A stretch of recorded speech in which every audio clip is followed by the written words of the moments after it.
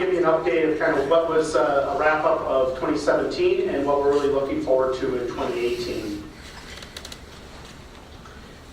Just a couple photos of a few things from 2017, touching anywhere from entrepreneurship to working with the schools to educating some of our business and small business and some financial resources.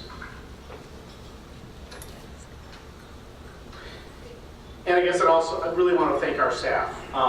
So in order to put this event together, it takes a significant number of months of effort, and so I'd like to have my staff stand up and be recognized. So Lorinda, Derek in the back, and then Jim will be here.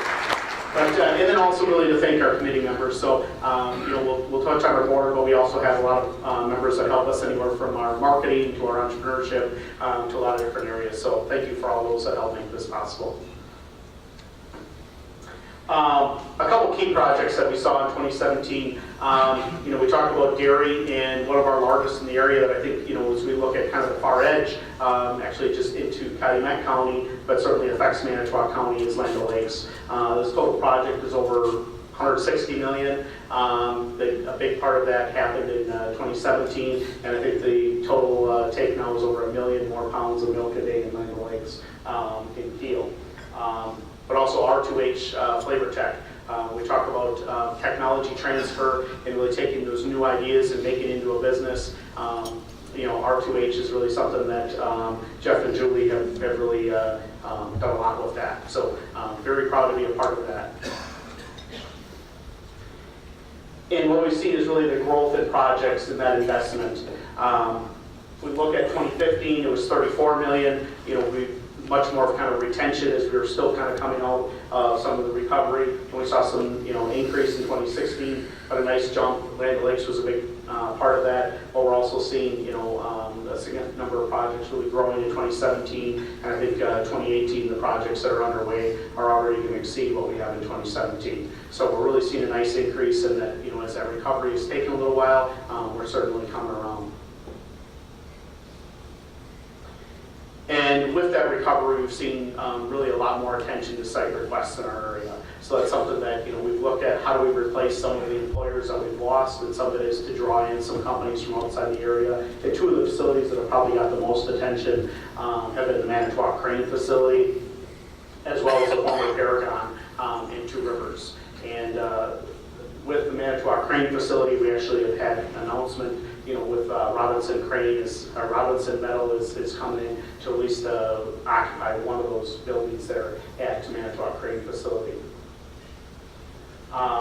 So really site selection, we go back to 2015, about 8, 2016 was a low of 3, but really jumped up in 2017, to over 17 site requests, which come through the state, that go through New North, and then that we respond to. So a big thank you to our municipal partners and our developers too, because a lot of times these are a lot of data that's required, and we usually have anywhere from 36 to 48 hours to respond.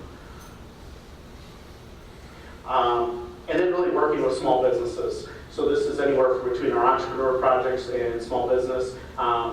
Again, a lot of activity anywhere from 2015 to 16, about 70. We've seen a little bit of a slowdown in 17, but I think we've seen some of the uptick in some of our larger businesses as well, especially in the workforce area. And just want to thank key collaborations. Anywhere between our municipal partners, we added Village of Mishkot this year as a new partner to Lakeshore. So I know George Krause is here, so I do want to thank Mishkot for coming on board. But also the state, Wisconsin Economic Development, new rep, Lakeshore Community Health, Farm Wisconsin that will be opening later this year, and MPU that we work on some financing programs and is a big part of our site request response.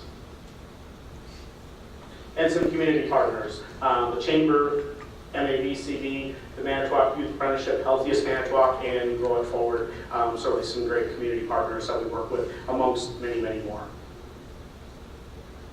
In 2018, kind of our dashboard. So we've tried to kind of reflect what are we seeing year to date, what's some of the impact that we're seeing out there, and basically we've already had about 30 entrepreneurial sessions so far in 2018. And a big part of that partnership is the Small Business Development Center. So they help with some research, help with some of the business plan packaging, and then business in terms of this really is the workforce, helping with expansion, helping with how do we get the workers that we need, let alone upcoming retirements. We're really seeing that change, and so working very closely with the technical college and the business solutions team are really working in multiple counties. So over 17 retention visits already and 46 visits to businesses. But some key projects really like to highlight 2018. One of our oldest companies in the community, Lakeside Foods, that goes back to the old Manitowoc Hotel. Certainly, seeing that moving forward is great. It's a $40 million investment that's getting work, starting soon, with a great investment from the city and TIF, support from WEC, and over 100,000 square foot investment. Huge project for our community. Really looking forward to that, and want to thank really Lakeside Foods for investing in our community. So I know we've got some folks from Lakeside Foods here today. But then Robinson Metal, you may have seen the announcement earlier this year. Robinson is going to be occupying one of the buildings at Manitowoc Crane, former Building B. But a $2 million investment for really 30 employees kind of to start with, and we really could see that as a key project that helps grow and maybe occupy more. And then recently, just a couple weeks ago, AmeriCare, this project I think has been underway for the last couple of years. So finally, it's been started now as the new Angeles on the water on about 4.5 acres of the former Elks Club. $6.5 million project. We'll look at about 30 new employees on about 3.5 acres. But we really see that's going to be a catalyst for that project. So I really see that whole project there with now Elise involved as well. I think that's a great catalyst for our community. And the downtown plan. So both Two Rivers and Manitowoc are working on their downtown plans. I really think this is going to help advance our community as they really try to look at what is the key things that we can do in their downtown to make it attractive for people to really garner more investment and help kind of move things forward. So if anyone does have opportunities to get involved, that is great, and really thank you for the work that's been done on that. And here's some data. Really what we are seeing is out of these projects and with companies growing, we are getting people back to work. So we've actually seen that over 324 more people are working now than they were last year in Manitowoc County. And at the same time, the unemployment rate has decreased. And so the number that were unemployed has decreased by 150. And we're actually now at just from 14, we were at a high of 7.3% of unemployment. We're down to 3.6. So great news for our community, and especially with some of the challenges with some of the company changes that we've had.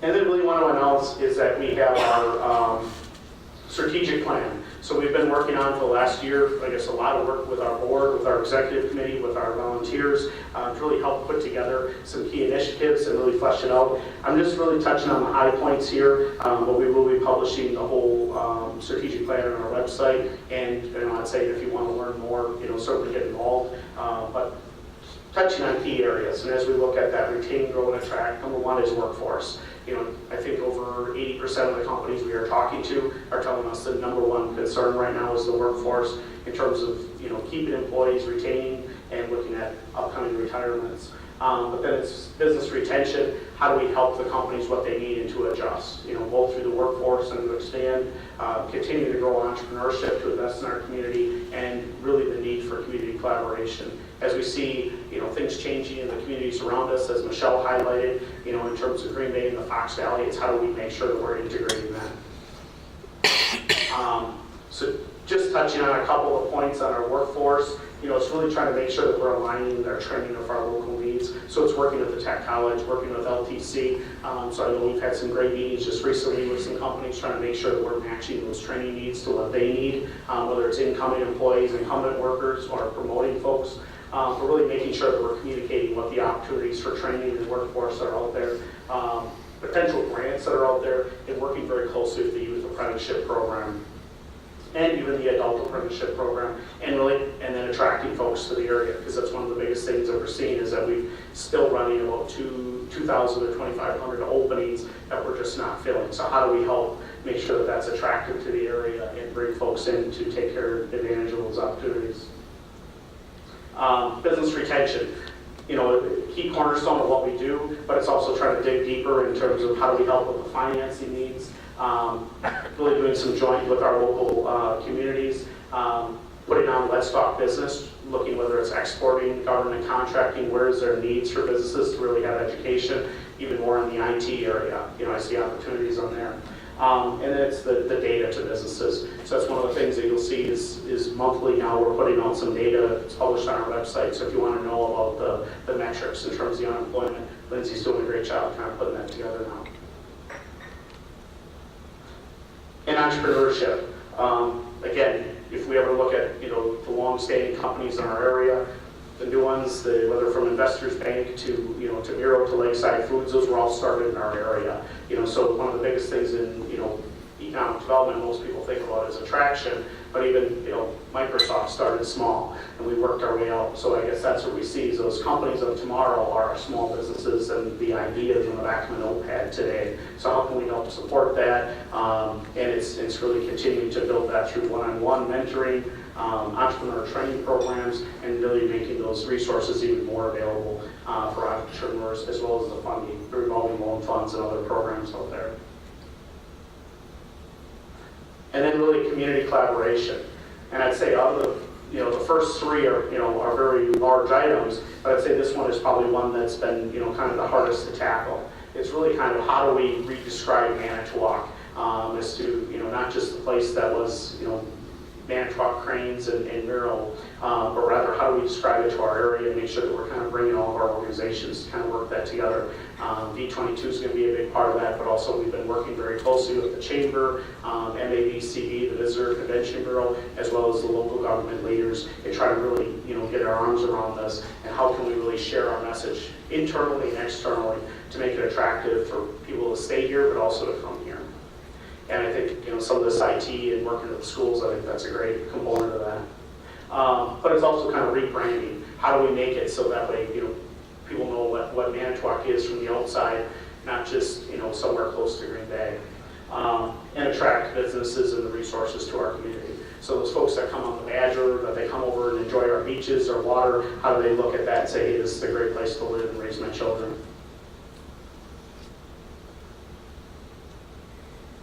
Well, we appreciate your support, and now I will be handing this over to Dean Helverson.